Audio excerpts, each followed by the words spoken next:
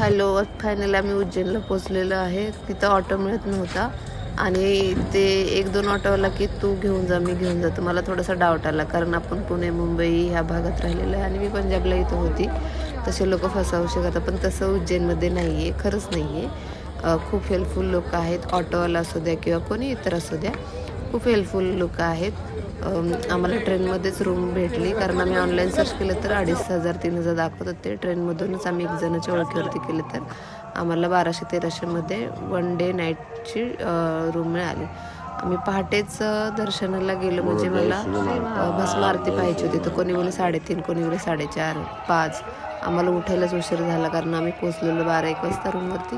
2:30-3 वाजता उठायचं ठरवलेलं, पण अलार्मच नाही वाजला. 4ला उठलो, पण काय माहिती आम्ही पोचलो आणि म्हणजे आम्हाला महाकालला म्हणजे आम्हालाही दर्शन द्यायचं होतं आणि आम्हालाही दर्शन घ्यायचं होतं. दोन्हीकडून इच्छा असते तर सगळं काही घडतं. तशाच प्रकारे आमच्याबरोबरही झालं.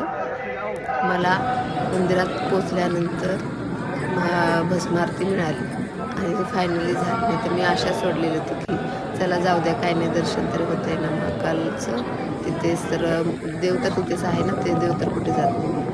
पण फायनली आम्हाला दर्शन मिळालं आणि आम्ही दर्शन घेऊन पुन्हा जरा ब्रेकफास्ट वगैरे करून बाकीचे दर्शन घ्यायला उज्जैनमधून बाहेर पडलो. आणि तिथे जास्त काय पूर्ण माझं ब्लॉग बघत असेल तर यूट्यूबला जाऊन चॅनल सबस्क्राईब करा आणि लाईक करा. थँक्यू.